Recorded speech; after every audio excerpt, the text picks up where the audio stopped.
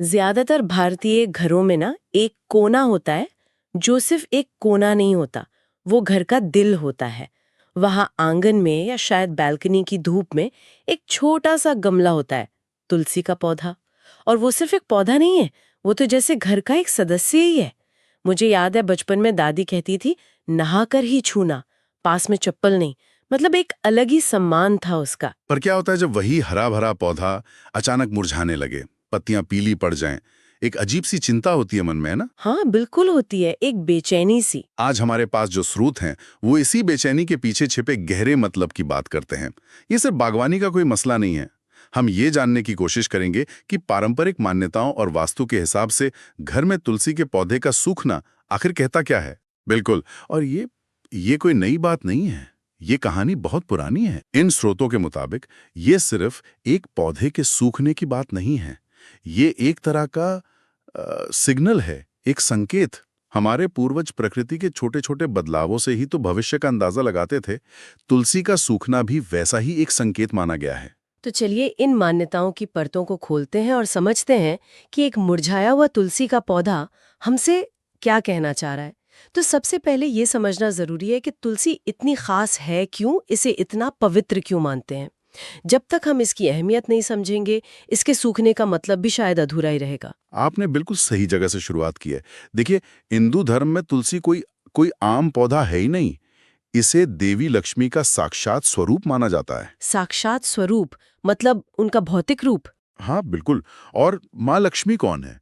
धन, समृद्धि, सौभाग्य की देवी। तो घर में तुलसी होने का मतलब है कि आपके घर में लक्ष्मी का वास है।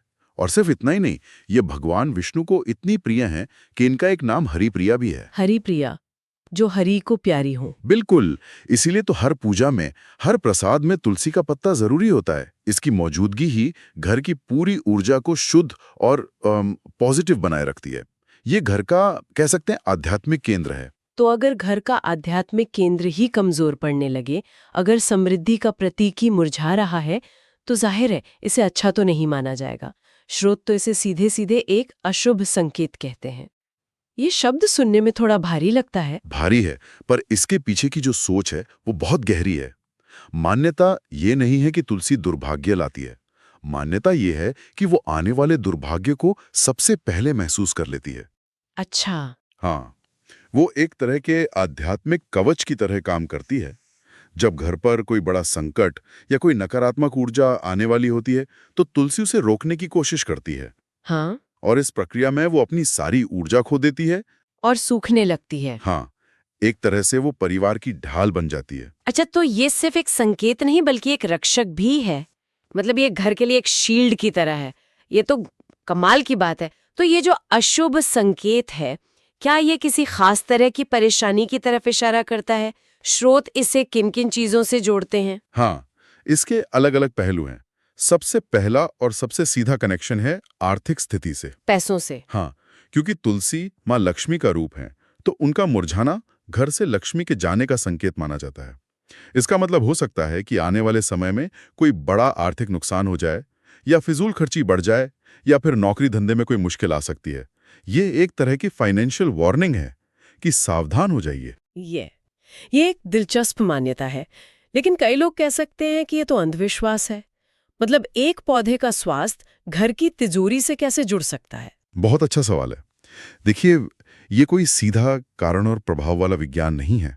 ये प्रतीकों का विज्ञान है। लक्ष्मी का मतलब सिर्फ पैसा नहीं होता। उनका एक मतलब है श्री, यानी समृद्धि और स्थिरता। एक हरा भरा बढ़ता हुआ तुलसी का पौधा घर की इसी स्थिरता को दिखाता है। जब वो पौधा बिना किसी वजह के सूखने लगे, तो ये उस स्थिरता में आ रही कमी का प्रतीक है। वो एक आईने की तरह है, जो घर की आर्थिक ऊर्जा की गड़बड़ी को बाहर दिखा रहा है। समझ गई। तो ये एक तरह का बैरोमीटर है। और घर की स्थिरता तो सिर्फ पैसों से नहीं होती, वो तो घर के माहौल और रिश्तों से भी होती है। क्या इसका असर उस पर भी पड़ता है? बिल्कुल। और शायद पैसों से भी ज्यादा गहरा असर। स्रोतों में साफ लिखा है कि सूखता हुआ तुलसी का पौधा घर में क्लेश और मनमुटाव का भी सूचक हो सकता है। झगड़े और तनाव। हाँ, ये बताता है कि परिवार के लोगों में आपसी समझ कम हो रही है, या कोई बड़ा झगड़ा होने वाला है। जिस घर में रोज तनाव रहता है, जहां लोग एक दूसरे से नाराज रहते हैं, वहां की ऊर्जा वो भारी हो जाती है, नेगेटिव हो जाती है। तुलसी का पौधा उस नेगेटिव ऊर्जा को बर्दाश्त नहीं कर पाता। और वो मुरझाने लगता है। बिल्कुल। तो पौधे का स्वास्थ्य सीधे सीधे घर की इमोशनल हेल्थ से जुड़ा है। और एक बात जो आपने पहले कही थी, नकारात्मक ऊर्जा को सोखने वाली, ये मुझे सबसे ज्यादा हैरान करती है। जैसे कोई सुपर हीरो हो जो घर की सारी नेगेटिविटी अपने अंदर खींच लेता हो। आप इसे आध्यात्मिक एयर प्यूरिफायर कह सकते हैं। आध्यात्मिक एयर प्यूरिफायर, वाह। हाँ, ये धारणा वास्तु के उस सिद्धांत से जुड़ी है जहां कुछ पौधों में खास सात्विक ऊर्जा होती है।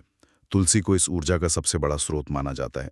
माना जाता है कि जब घर में किसी की बुरी नज़र, कोई बाहरी बाधा या कोई तामसिक यानी नेगेटिव ऊर्जा असर करने की कोशिश करती है, तो तुलसी की सात्विक ऊर्जा उसे अपने अंदर खींचकर खत्म कर देती है और इस लड़ाई में वो खुद सूख जाती है। तो हाँ, एक तरह से वो परिवार के लिए अपना बलिदान दे देती है। वाह, मतलब ये घर के लिए एक स्मोक डिटेक्टर की तरह है जो बुरी वाइब्स को पकड़ लेता है। तो हमने आध्यात्मिक, आर्थिक और पारिवारिक एंगल देख लिया, लेकिन स्रोत एक ज्योतिषी पहलू भी सामने रखते हैं, बुध ग्रह से जुड़ा हुआ। ये कैसे काम करता है? ये एक और बहुत दिलचस्प परत है। ज्योतिष में हर ग्रह का एक स्वभाव होता है। बुध ग्रह को ग्रहों का युवराज माना जाता है। वो ऊर्जा, बुद्धि, व्यापार और संवाद का प्रतीक है। और हरियाली का भी है ना? बिल्कुल। प्रकृति में इस युवा ऊर्जा का सबसे बड़ा रूप पेड़ पौधे और हरियाली तो है। इसीलिए बुध को वनस्पति का कारक ग्रह मानते हैं। अगर किसी की कुंडली में बुध ग्रह कमजोर हो रहा हो तो उसका असर सबसे पहले इन जीवंत चीजों पर, खासकर तुलसी जैसे पवित्र पौधे पर दिखने लगता है। अच्छा। तो तुलसी का अचानक सूखना आपकी कुंडली में बुध की कमजोर होती स्थिति का भी एक संकेत हो सकता है। ये सब सुनने के बाद मन में एक चिंता होती है कि अगर किसी के घर में ऐसा कुछ दिखे तो घबराने के बजाय सही तरीका क्या है? सूखे हुए पौधे का क्या करना चाहिए? जाहिर है उसे कूड़ेदान में तो नहीं फेंक सकते। बिल्कुल नहीं, ये सबसे बड़ी गलती होगी। सूखे हुए पौधे का भी अपमान नहीं करना चाहिए, उसे उसी सम्मान के साथ विदा करना चाहिए। इसका एक सही तरीका बताया गया है। सूखे हुए पौधे को जड़ समेत गमले से निकालें और किसी पवित्र नदी, सरोवर या किसी भी साफ बहते पानी में प्रवाहित कर दें। अच्छा, उसे जल में प्रवाहित करना है। हाँ, इसके पीछे का तर्क है कि पवित्र चीज को वापस प्रकृति को सौंप देना। अगर ये मुमकिन ना हो तो किसी साफ जगह पर मिट्टी में दबा देना चाहिए। उसे घर के अंदर रखना या यहाँ-वहाँ फेंकना बहुत अशुभ माना जाता है। और उसकी जगह नया पौधा लगाने के लिए भी कोई खास दिन या नियम है या कभी भी लगा सकते हैं? हाँ, इसके लिए भी एक निर्देश है।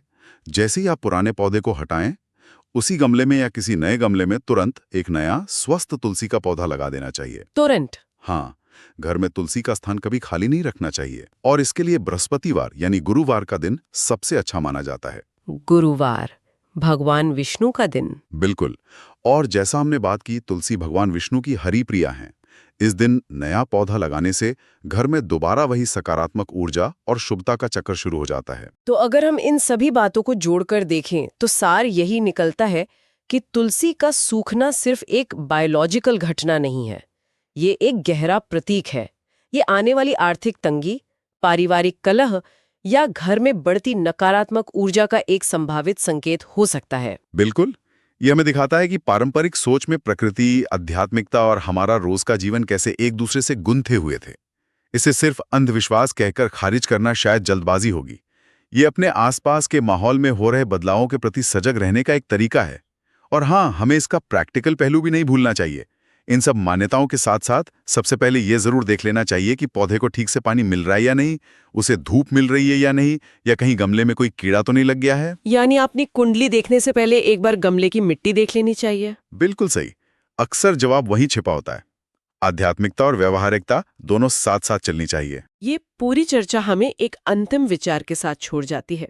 अगर एक साधारण से पौधे का हमारे घर के भाग्य से, हमारी आर्थिक स्थिति से, हमारे रिश्तों से इतना गहरा सांकेतिक संबंध हो सकता है, तो हमारे रोजमर्रा के जीवन में और कौन सी ऐसी छोटी छोटी चीजें या संकेत मौजूद होंगे जिन्हें देखने और समझने की नज़र शायद हमने अब तक विकसित ही नहीं की है।